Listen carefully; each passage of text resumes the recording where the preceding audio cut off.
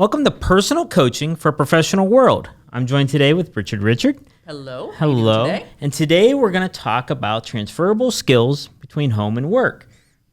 I mean, people spend so much time at work. If you really break down between sleep hours, drive time, your hours that you're at work, you throw in your lunch break, after parties. Some people have to go to happy hours and meetings and such after work. You almost spend more time at work than you do anywhere else. It is absolutely true. So you might as well be happy where you're at, right? Yeah.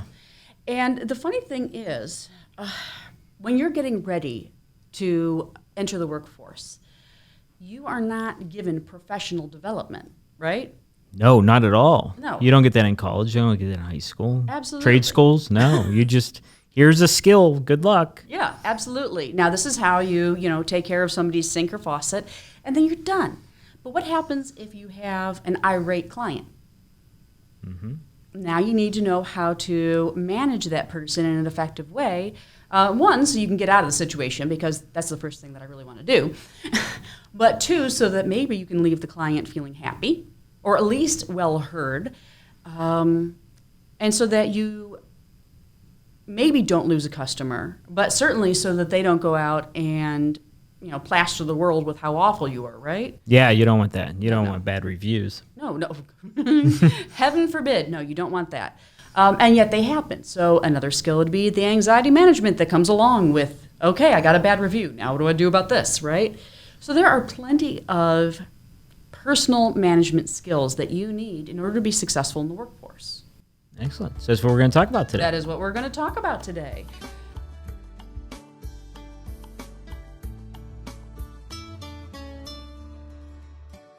Okay, so let's say you're married. Yes. Absolutely. And let's say that you had to go out to happy hour because you were doing a sales call, right? And there's plenty of networking happy hours, right? Yes. You can go on to any one of those meetup type of things. You can find 500 of them. It's extremely stressful as a married individual for all these. And I am in charge of sales for my company, so it makes it even more stressful because without sales, I have no company. Right? Yes. Okay, so you've got the stress of that, and now you have to go out to happy hour, and your wife's like, okay, so that's the third one this month. Are you seriously just doing marketing? and for some people, that could be a confrontation. Yes. Now, it doesn't sound like that would be a confrontation for you. No. But for some people, it is. Not right? at this moment. But I'm not doing that many per month. Fair enough. But I know some sales individuals where that's part of the deal, right? Yeah. That is their profession. That's how they make their. I mean, there's salespeople that travel. You're not even home 4 days a week. Absolutely. So thinking about the confrontation with the client, you could have a confrontation with a spouse around something that makes sense to you, but they don't totally get it. And so what you want out of that particular confrontation is exactly the same thing. You want them to feel understood. You want them to feel heard. You do not want them to continue with feeling like this is an issue moving forward, right? Mm-hmm. And you also want them to understand your position on it, right? So one of the transferable skills, okay, is this conflict management, where you take a conflict and you learn, how am I going to address this in such a way that I can de-escalate the other person and come out with some sort of a positive resolution. Right? Mm-hmm. Now, I will tell you, the first one is to de-escalate yourself, because if you're angry, you're not going to do anything effective. That seems like a great piece of advice, yeah. Absolutely. You can't walk into a conflict being the hothead. No. That does not turn out well. No. But you would be amazed at how many people do just that, because you feel like you're in a position of power when you're angry. Yes. And it never does any good. It does not create a lasting solution, right?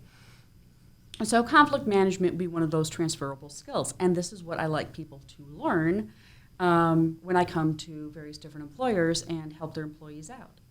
In fact, in my therapy practice, as some of you may know, I'm a therapist. I have a therapy practice in Northeast Ohio. I get employers who send their employees to us for conflict management. Why? Because they got into it with an employee or with another, with a contractor or somebody of that nature. I won't name names, but I worked at a company where this person got into an argument with somebody and threw tea on them.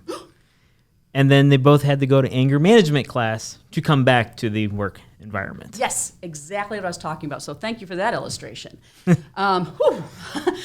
Yes. Let's hope that doesn't happen. But these are the things that employers want to avoid, because then they have not just lost one or two employees, right? Mm-hmm. But they may be faced with a lawsuit because hostile work environment, right? You don't want these things to happen. And if people have those skills professionally, they can transfer them personally and vice versa. Okay, so this is what I'm talking about, these transferable skills. The other one that a lot of people are dealing with is burnout. Okay, and people can be burned out at home and burned out at work, and I'm going to focus on the ladies here because this is my personal experience.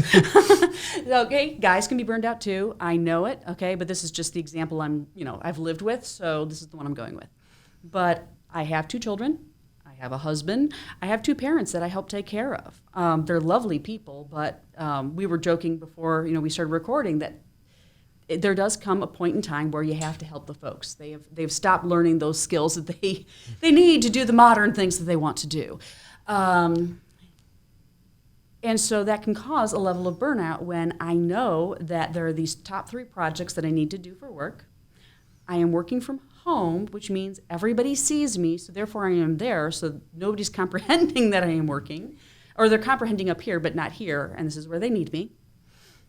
And the kids are getting ready to go to school, and so they want to ask me all sorts of questions about what do I know about their schedule and when their school supplies are going to arrive, and when am I going to get out new school shoes, and what's it going to be like because I'm moving into middle school. I don't know the answer, so this is stemming my anxiety, right? And then you have a spouse, and the spouse wants time, right? You want to keep that relationship alive, and you want to be able to go out on walks or have date night. And maybe it's not possible right then, and that creates an additional stressor. And you can only live with these stressors for so long before they become chronic. Mm-hmm. And chronic stressors is the first step in the ladder of getting to burnout. Yes. Now, I would like to say, as a man looking at women sometimes, women put a lot of stress on themselves. The Pinterest mothers, particularly. Like, birthday parties become quite a deal. Yes.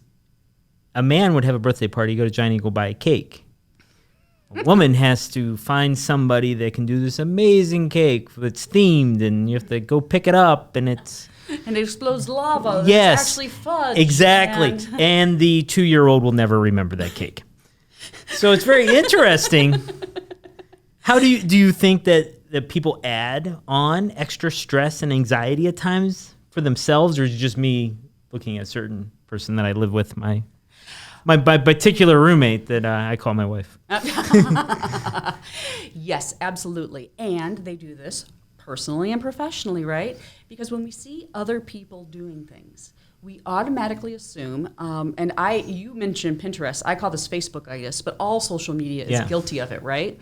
Where we only see the highlights. We don't see the blood, sweat, and tears that went into it. And we're like, they had a beautiful birthday party for their 2-year-old with 50 people. That was catered by their mother who made this gourmet something or another. You're looking at it going, well, what's wrong with me? Why am I not doing that, right?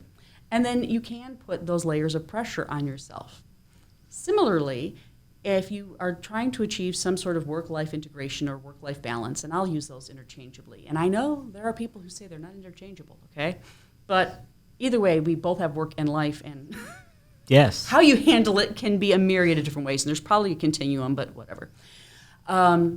We can look at people, and we look at them, and we go, oh, well, that person spoke for this, and that person has traveled and spoken to crowds of 2,000, and they have 17 certifications, and they got promoted before they were 30, and they're the America's top this under 30. And I will tell you, I have seen those people in my office too. I have seen those people in my networking groups. And in both examples, which can be happening simultaneously, so you wonder why people are burned out, right? Mm-hmm. In both examples, what we're talking about are people who are putting the weight of the world and the weight of the results of the world, not the pain, on themselves without seeing that the mom got into a blowout argument with dad the night before because she was so tired and cranky, and he was tired of her being tired of cranky, and maybe he had his own work issues that he's dealing with. And the kids didn't even want to have the party at that point, right? And they didn't sleep, so they were cranky, so they didn't take a nap. And so the pictures from that were posted on Pinterest, Facebook, Instagram, whatever, Yes. were the 30 good seconds of that party, which they never would have done had they known. And they're not going to tell you that because nobody wants to focus on the negative in their life, right? Likewise, I have run into people in networking where they said, yeah, I made the top 30 under 30 and was divorced before 32. You know, and it wasn't because this person was a bad person, it's because we never saw each other. Even if we had agreed on this is the trajectory and this is what we want for our lives, it just did not pan out. And I was not there for my kid's second birthday party, which caused the blowout with the wife who was trying to do the thing from Pinterest, because I had to make that sale because of the high-pressure job that I had, right? And so I prioritized that sale over the family, thinking that I'm bringing He thinks he's providing for the family. Right. I'm putting the roof on the head, over their head. I'm providing food, so therefore I'm doing what I'm supposed to be doing. But in the end, there's no balance. Yeah. No, there is no balance. And so those transferable skills of time management and learning when to let go and understanding that conflict with your spouse sometimes is worth it and sometimes not. Conflict with your boss sometimes is worth it and sometimes it's not. And learning how to navigate that is another both personal and professional skill. And so that's why I blend the two, because they are blended and our lives are blended right now. So how do you help people with this? I help them, one, by evaluating where their strengths are and where the deficits are, right? Not because anybody wants to hear where their deficits are. They don't. But if you already have a strength in an area, you can use that area to transfer some skills into the deficit. I mean, if you played sports, you know what you're weak at and what you're strong at, and you work on what you're weak at. Absolutely. Excellent example. Thank you very much. And then we go in and we talk about, like I mentioned, the burnout tier. Where are you on a level of burnout? Are you in a place where you can add something to your life, or are we in a place where you need to start subtracting things and finding how you can handle the things that bring you joy, bring you energy, and make those more robust? And sometimes benefiting through subtraction is a thing, right? Mm-hmm. But we don't think of it that way because, again, we're in Facebook and Pinterest, and we're talking on the phone, and we're meeting the networking things. We're only hearing the good stuff. And so we think we should be doing all of those things instead of understanding that's not our one good thing. And so we're left with this feeling of bleh, and sadness and anxiety and frustration, when if I can help people focus on what they're good at and take out those things that don't bring them joy or energy, then they can feel better about things, and they have more time, and they are more productive because they have more time, and they can figure out where do they need to take that additional time. Do I need to spend more time at the office because I have not been fulfilling my needs as an employee, or do I need to spend more time at home because I have not been fulfilling my duties as a wife or husband or parent? You know, it goes both ways. So I help people by teaching them skills, but also evaluating where they're at and then deciding where they think they need to go, which can be very different from where their spouse, their parent, or their boss thinks they need to go. And identifying that is harder for some than others. So if someone's looking for more information, where should they go? I would start with the website. It's BridgetRichard.com, and you can email me, you can call me from the website, and we can have a one-on-one conversation about how this is going to work for you individually or for your company.